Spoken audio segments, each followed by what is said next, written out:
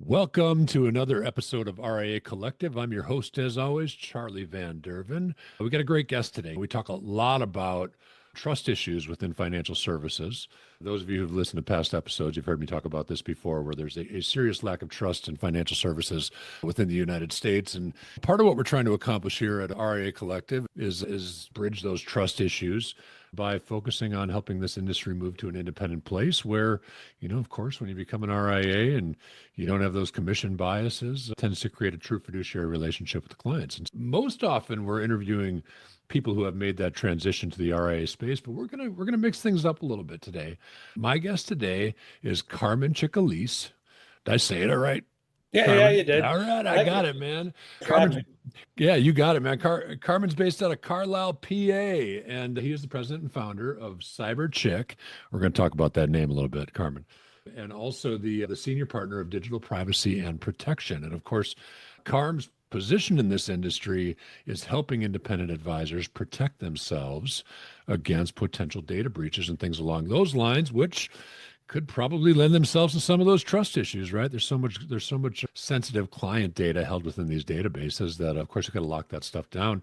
First off, Carm, thank you for being here, man. I appreciate you being my guest on RIA Collective. Well, thanks a bunch, Charlie. It's great to be here. Thanks for having me. Cool. And we're old friends, man. Often I'm Yeah, interviewing people that I just met 2 weeks ago on a LinkedIn message, but we got a little bit of history, you and me, Carm. yeah, it's a little bit longer than 2 weeks. Yeah, a little Yeah. longer than 2 weeks. No, I appreciate you coming on, man. You've got a really important you play a very important role if someone's transitioning from, say, a big wirehouse or a big insurance house, where, of course, those cybersecurity issues are taken care of on their behalf. It is certainly something they've got to consider if they're going into an independent space.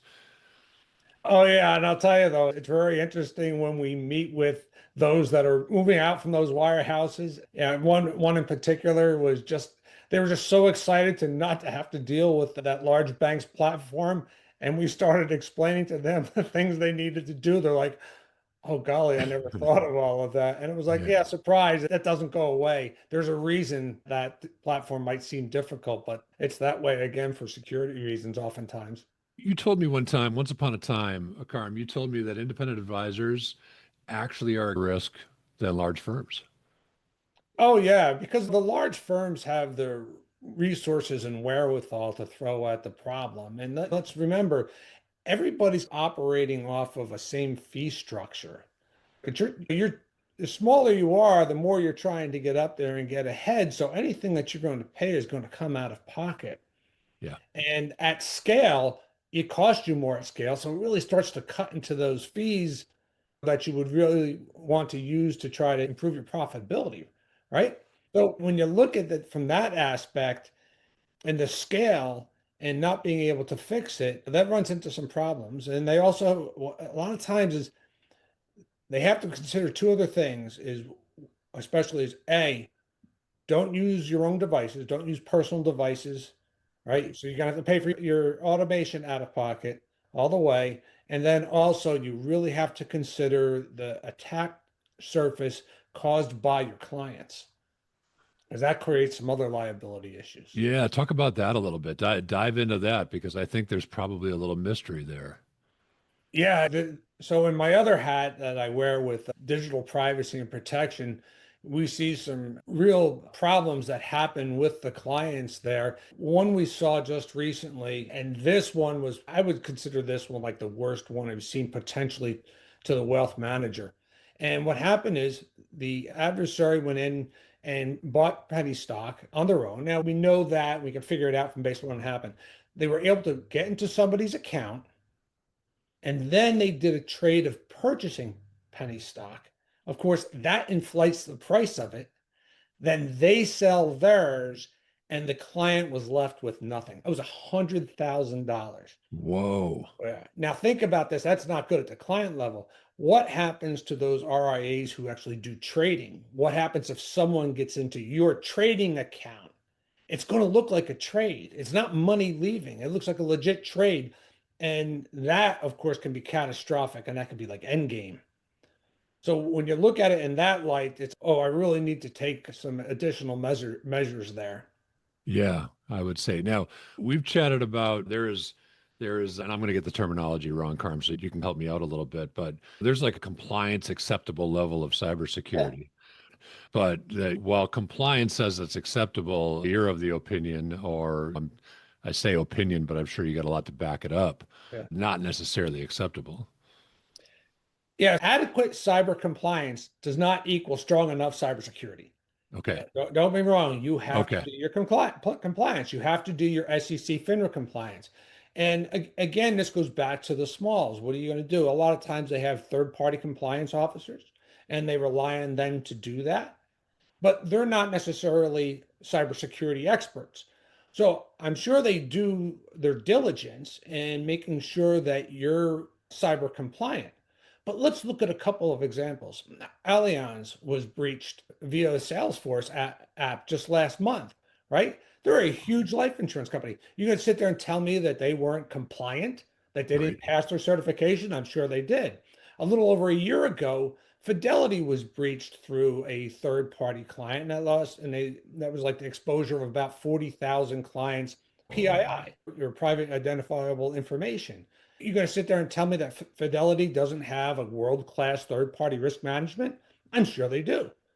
But if these large companies that have the wherewithal, and I'm sure have great compliance third-party risk management programs, get breached, what's the likelihood that you, as an RIA, independent, just focusing on cyber compliance and not looking at the bigger picture, are going to be breached?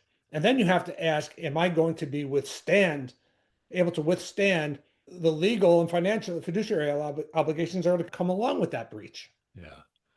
I'll tell you what, there's a lot of things that I can DIY. And just to relate it to being a homeowner and a father and a guy who's got kids who have cars, cheap cars that need to be fixed, I can DIY a lot of that stuff, Carm. Sure. There's certain things in your business, don't DIY. This would be certainly, this is something we want to have an expert on top of. Um, Yeah. yeah. And there are some companies. We're a consulting company. We're not Okay. really a service provider, but Okay. there are companies out there that tailor their solutions towards RIAs. So think of them as your IT or your MSP that you want to go to get some enhanced cybersecurity. Yeah. So they're out there. We got into this business when one of our consultants had an incident with his own wealth manager. And it happened, he got the email on a Wednesday. He decided, I'll wait till Friday to open it. But meanwhile, his wife had looked at it on a Friday afternoon and said, hey, we signed a bunch of things a few months ago. Are we supposed to sign this one too? He looks at it and realizes, oh, wow, this is a very well crafted phishing attempt. Yeah. Now, there it is, 3:30, 4 o'clock p.m. on Friday, and he's putting out the all points bulletin to his wealth manager. And then eventually, fortunately, nobody clicked on it and they didn't lose anything. However, they were breached. And they asked us to get involved with it. And we did some initial advising. That company, what happened is one of the individual wealth managers was breached through his personal account on his personal device. So he was using his personal laptop to connect to the work platform. So It's, again, you might think you've got a great VPN, and it's not, because they're able to work their way through that personal email. they're And smart. that, again, you've got to keep them separate. You They're really, smart. They're smart. They're sophisticated for sure. yeah, Carm, we work with a bunch of small firms in solo practitioners, some aggregates that might have 8, 10, 12 RIAs that they're providing back office service for. What sort of things should they be looking out for? And we talked about a phishing attack, obviously. Any other advice that you can provide those types of people that this isn't germane to what they do? This is something that they have to have, but maybe typically don't have the knowledge. I'll break it down in three areas: Okay. people, processes, and technology. Okay. And some in our industry will recommend this proportionality, and it might surprise you. People, 50% of your investment, because they are 50% of your attack surface, and they're the ones who keep doing the darndest things when they click on the wrong Sure. links. Sure. Sometimes it's human nature. These social engineering attacks are very well crafted. We're working hard, our defenses get down, and it happens. Yeah. So investing in training them and awareness, making them aware. And the other part to that is the next 30% is processes. But that's educating them on the processes. Make sure they understand what the policies are. Make sure they know what to do, how to report phishing. And then the last 20% is actually technology. Now, when Okay. a lot of people think cybersecurity, they go right to the technology. I need another That's, solution. yep. That's Um, what I'd have thought. yeah, and it is important. And I will say the first important cybersecurity decision you make is to pick a great IT partner or MSP who can get you started on the basics. But they're only going to go so far. Remember, IT's job is to make sure that your data is available and that your technology supports your work processes. The Sure. other parts of security, besides availability, are confidentiality, making sure that nobody's not supposed to see it, doesn't see it, and integrity, making sure the data is not altered. And so it's not IT's fault when billing pays the wrong invoice or when HR pays the wrong person. Yeah. Now, these firms are small, but again, these are things that are outside IT's perspective. And this is why you really need to think about it holistically for your company: people, processes, and technology. I'll say one thing about technology, and especially for those independents that are doing trading, you really need to look at some of the coming out technology of FIDO keys, fast identity online, Okay. FIDO, and talking to your custodian or your broker and seeing if they're able to handle that, because if they are, that is probably one of the best things for reducing the risk or that exposure on the trading platform. And the other piece to think about is, how do I protect that PII, for all of my clients? Those Yeah. are the two big parts of your key data that you need to protect. So I think there's a lot of advisors out there, Carm, that assume they're covered because of their independent broker dealer, right? But they're Oh, yeah. an independent advisor working with, I won't throw any names out there because I certainly I don't know enough of what the independent broker dealer is doing on that side. But do they need to take, even if they work with a large independent broker dealer, what should they be doing themselves as the advisor? Is that broker dealer actually covering them, or are they just taking care of the compliance checkbox? I see. I'm willing to bet not. Again, from like the digital privacy and protection experience, we know of like at least 15 examples, for example, where the broker dealer dropped the RIA because they didn't have adequate cybersecurity. Oh, wow. And then Yeah. you also look at the legal relationship between your client and that broker dealer. Yeah, That agreement is completely in favor of the broker dealer. I'm sure. Now, so what happens is if your client loses money, and it's almost always going to be their fault because they didn't have a strong password or they lost the device, and the broker dealer is going to say, sorry, read your agreement. Right? Now, even though the RIA might not have been involved in that transaction, you still have a client who's very unhappy, who's lost a lot of money, but then they're going to swivel to you and say, you're the one who made the introduction for me. And we've seen this from law firms where now they go after the RIA because in that relationship, they're considered the sophisticated agent. They should have known better. And now this is again another level of, I need to protect my liability. So I do need to do more than just that compliance. And I also need to probably even consider, what type of cyber insurance do I need? Yeah. And then also is, what can I do for my clients, or what can I show them that they can, so that they can take the measures to protect themselves. And then I've protected myself because I've done my diligence as a fiduciary to make sure that they reduce their risk. Doesn't mean I have to provide that, but if I provide them an outlet and the knowledge, then their ability to hold me liable as a sophisticated agent goes way down. Dude, what an important resource you are, Carm. I'm lucky to know you, and the advisors that know me who need some help, I am more than happy to pass them to you, man. Thank you very much. I Yeah. appreciate it. Yeah. And- And we're good. Yeah. yeah. Go ahead. I'm happy to talk to anybody about it, and they can pick my brain and the like. And that's Yeah. fine. What's the best way to reach you, Carm? The best way to get a hold of me is at my phone number, 717-706-3832, or email CARM at CyberCIC,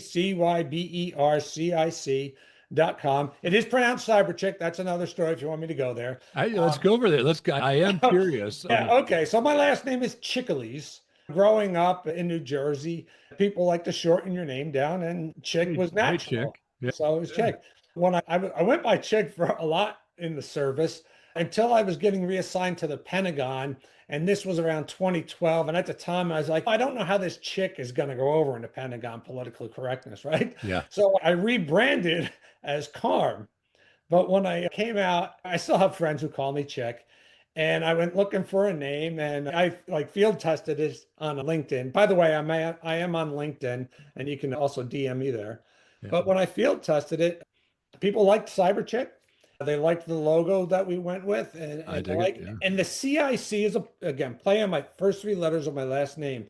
But because we started in the Department of Defense, it was for cyber information and cognitive security strategy. I love it, man. I love it. It's a great name, Carm. Thank you. And now Yeah. it's just cybersecurity for those who need it. Yeah, I love it. And also for our listeners, Carm and I are recording this in October 2025, but we're going to do a webinar together early next year so that we can dive deeper into the topic. And Carm, you'll be able to give a full presentation there versus conversation. So look out for that invite as well if you're on our email list, or if you're connected to me or Carm on LinkedIn, I'm sure you get an invite that way too. But that's going to be a good one, man. You play such an important role to the security of not only the clients, of course, but the independent advisor out there. Carm, you're awesome, dude. I appreciate you hanging out with me today. Thanks a bunch, Charlie. It's been great. It's my pleasure. Thank you so Yeah. much. Absolutely. And for anybody listening to our show, of course, we sincerely appreciate it. Thanks for tuning in to another episode of RIA Collective. Subscribe, you get all the updates. We're rolling out episodes on the weekly right now. A lot of good stories coming. Those of you who are in an environment that might not be exactly what you want, maybe it's a big firm, maybe there's quotas, maybe you're selling clients or firm specific products that don't fit your clients so well. If that sounds like you, then this is a good show for you because we're bringing good advice on how to make that jump to independence if that's the right move for you. Carm, once again, thank you, man. And to all of our listeners, thank you for tuning in. Thank you. See you.